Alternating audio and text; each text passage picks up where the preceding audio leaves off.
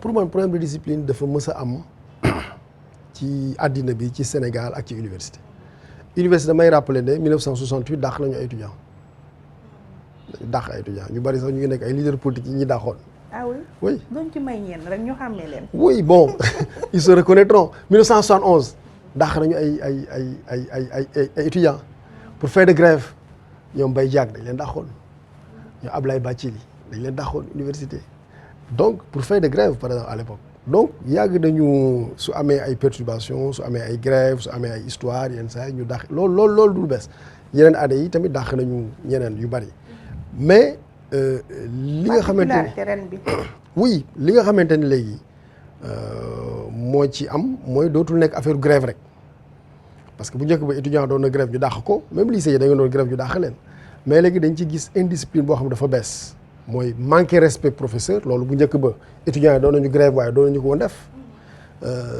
doon nañu dinañu ñëw léegi xoolal professeur buy jàng nga ñëw xëcc micro bi wala mu wax nga saaga ko loolu dafa nekk lu bees loo xamante ni bu njëkk ba bariwul woon professeur am na léegi ci amoon na nag am na benn étudiant 84 dafa dooroon benn professeur ñu dàq ko bëgg moo wax turam waaw donc mi ngi fi du kilifa waaye mi ngi fi mais dañ ko dàq à l'époque ba nit ñi étudiants yi grève mais li gën am importance pour man ñaar la benn bi mooy ci réew yëpp ci école yëpp ci université yëpp soo bëggee nit ñi yaru ñaari mbir nga war a def benn bi mooy éducation sensibilisation yar léegi yaratuñu léegi da ngay gis benn étudiant bu ñëw ne woy major ñun par exemple ñëweewu ñoon wooy noonu woy professeur sa duñ ci yegg wala da ngay gis léegi étudiant boo xam day ñëw wolof lay làkk loolu ñun ñemewuñu ko woon ñëw sa professeur làkk wolof rek day wolof lañ lay làkk wala ñu la naan mais sa yére bi nga sol rafet na ñoom étudiant di la tutoyer voilà parce que loolu dama jàpp ne ñoom suñ ko defee rek c'est que dañoo li ñuy wax xamadi wolof day wax xamadi mooy ñàkk a xam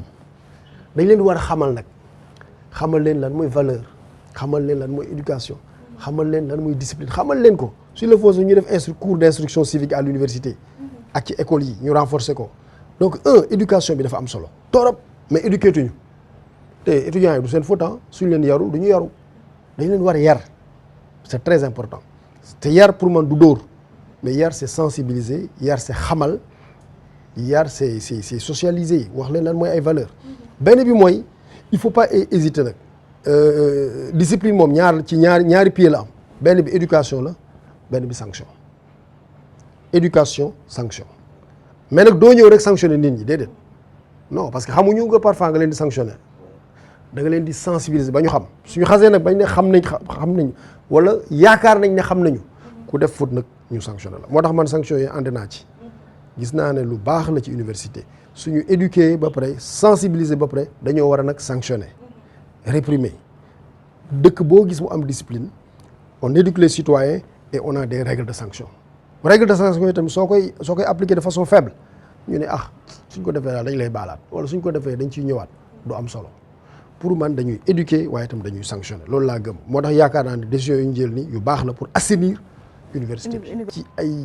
nga def ci thèse yenn saa yi wala nga def ci agrégation wala nga def ci ay liggéey yu am solo ci lañ lay woowe constitutionnaliste c'est-à-dire tu es un professeur de droit public spécialiste du droit constitutionnel mais léegi damay dégg ñëpp ñuy wax constitutionnaliste ku xam droit rek ñu ne constitutionnel ku wax sax damay dégg ñu naan l'avocat constitutionnaliste damay dégg ñu naan tel constitutionnaliste alors que constitutionnaliste mooy da nga war a spécialiser wu ci droit constitutionnel premièrement deuxièmement da nga war a am autorité bi lan la diplôme yi moo la koy conférer par exemple nga am doctorat en droit constitutionnel wala nga am agrégation spécialité droit constitutionnel wala nga def ay liggéey ay bind ñu ràññee la nga am réputation ci droit constitutionnel ci lañ la wooyee constitutionnaliste mais léegi bon ñëpp la ñuy wax constitutionnaliste gis naa sax ñoo xamante ne defaguñu seen doctorat. di naan constitutionnaliste am nañ fit. defaguñu doctorat dama leen dégg ñu ni constitutionnaliste wala ñu leen di wooy professeur te defaguñu seen doctorat te soo defee sax doctorat doo professeur de soo defee doctorat doo professeur mais gis naa ñoo xam ne defaguñu sax doctorat. di nekk constitutionnaliste. di nekk constitutionnel di nekk professeur. mais professeur nga seetaan leen ñoom it ñuy addu di wax ci constitution. waaw mais xam nga mënoo leen ko tere. yow yaay kan ba leen koy tere. mënoo ne man professeur droit constitutionnel donc damay tere ñi nga xamante ni amuñuy wax ci non man du ma leen ko tere ku nekk ak sa conscience ku nekk ak sa honnêteté intellectuelle voilà man par exemple soo ma nee Ismaïla Madior Fall spécialiste du droit international man la non du ma spécial droit international nga ne ma bon en tant que spécialiste de finance publique man la non du ma spécial de finance publique donc intellectuel bu nekk loolu mooy honnêteté intellectuelle mooy nga wax li nga xamante ni ci lañ la ràññee ci nga am ay lijaasa ci nga liggéey ci nga am autorité universitaire mais tamit nga wax li nga xam moo tolloog sa grade par exemple man bi ma nekkee assistant dañ ma doon wax professeur ma ne man non assistant la ma toog bi jaag ñu mooy professeur ma ne non man maître assistant la bi ma nekkee professeur rek ñu ma waxee professeur ma nangu voilà donc mais loolu ku nekk ak ni ngay doxale la quoi. comme wax dëgg la ñu wax léegi dama gis ne professeur agrégé dafa jafe yow nag yaa jiite jury bi nga xam ne mooy saytu ñi war a jàll agrégation rawatina ci droit public fii ci Afrique lan moo ko waral. bon li ko waral mooy soo seetloo pour nekk professeur agrégé li mu gën a laaj mooy nga liggéey c'est-à-dire que soo nekkee universitaire nga def ay travaux universitaires par exemple soo bëggee def agrégation par exemple dafa am lu ñu lay laaj li ñu lay laaj mooy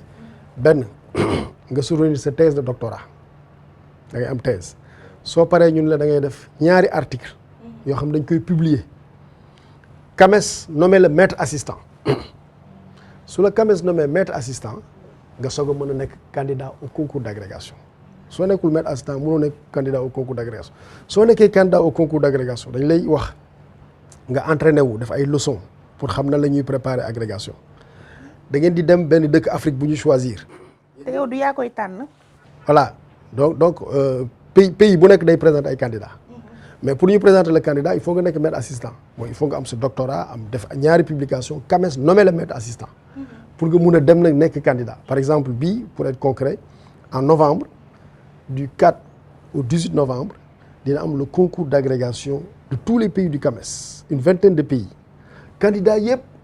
dañuy dem Cotonou la candidat yëpp di dem soo leen ñëwee mu am benn jury 7 personnes man jury boobu maa koy présider 7 personnes ñooy am candidats yi ñëw candidats yi ñooy ñuy jàngale ci université yi nekk ay maîtres assistants soo leen ñëwee nag ngeen def ay épreuves def première épreuve travaux deuxième épreuve leçon troisième épreuve leçon soo leen paree nag ñu xool ñan ñooy admis souvent nag ñuy admis souvent du bari parce que candidats yi dañuy bari te exigence yi tamit dafa élevé. lan moo ko waral niveau bi moo dul mat wala. waaw léegi da ngay gis par exemple ñu bari ñoo xamante ni am nañu niveau am nañu sax profil bi mais yenn saa yi du ñu def liggéey bi nga xamante ni dañ koy laaj pour réussir concours d'agrégation mooy ngay def ay articles pas taxaw ci médias yi di wax déedéet da ngay bind say articles def ko ci ay publications scientifiques ñu reconnaître ko soo ñëwee jury bi déglu la nga def exposé comme médecine rek dañuy def agrégation économie def agrégation gestion def agrégation droit tam noonu. comme genre soutenance lay doon. voilà genre soutenance da ngay ñëw dafa am boo xam ne sa travaux yi ngay présenté am na beneen boo xamante ne dañ lay jox benn sujet nga traité ko en 8 heures de temps ngay préparé soo paree ñëw def benn présentation 30 minutes 7 yëpp déglu la 7 personnes il faut nga convaincre 7 yi pour jàll. donc souvent préparation bi muy laaj liggéey bi muy laaj temps bi mu laaj nga jox ko souvent ñu bëri moom lañ dul def ci université yi mais souvent ku jël temps bi def ko préparé wu def li ñu laaj def say publication soo ñëwee da ngay jàll mais liggéey boobu nag moo yomb. concentration boobu dafa laaj nag nga concentré da ngay jël 2 ans ci sa àddina 3 ans sacrifier ko nga xam da ngay sa xaw tëju tuuti loolu di lire di jàng di bind di def ay publication soo ko defee de façon constante soo ñëwee moom amul problème. waaw mais ni mu manqué nii à ce rythme est-ce que relève dina am. waaw bon relève bi dina yéex mais dina am c'est vrai que ñun suñu sañoon relève bi dina gën a am solo dina gën a gaaw gis nañu ne rythme bi nag demewul noonu mais moo tax ñu ngi def léegi ay sensibilisation ci jeunes yi ensuite léegi dañuy def ci dëkk yëpp yi bokk CAMES dañuy def préparation au concours d'agrégation c'est-à-dire candidats yi léegi du ñu leen bàyyi ñu dem noonu rek dañ leen di jël préparer leen tàggat leen wax leen ni muy demee préparer leen ba nga xam ne suñu ñëwee dinañu am chance pour réussir donc yaakaar nañu ne fii ak en tout cas man ci sama président jury loolu laa bëgg ñu def ba nga xamante ni dañuy def ay préparation yu bëri et puis jeunes yi aussi nekk universitaire ñu encourager leen bañ leen décourager wax leen ne soo leen liggéeyee soo leen ñëwee rek di ngeen am agrégation. Sénégal kañ la gëj a am agrégé. pourtant dañuy am agrégé parce que 2019 bi am nañu droit public bi may diriger amoon nañu 2 agrégés privé tam amoon nañu ay agrégé d'ailleurs droit privé sax résultat yi moo gën sax en droit public foofu dinañu am ay résultats yu baax économie tamit amoon nañu agrégé gestion amoon nañu donc 2019 amoon nañu agrégé chaque concours d'agrégation daanaka dinañu am agrégé 2019 sax bëri woon nañu yenn saa yi du ñu bëri mais 2019 bëri woon nañu te ñun li ñuy def mooy dañuy góorgóorlu ba nga xamante ne gën a bëri comme médecine par exemple médecine dañuy gis ne ñoom seen résultats yi day baax parce que préparation bi dafa baax ñun tamit dañu bëgg a insister ci préparation bi pour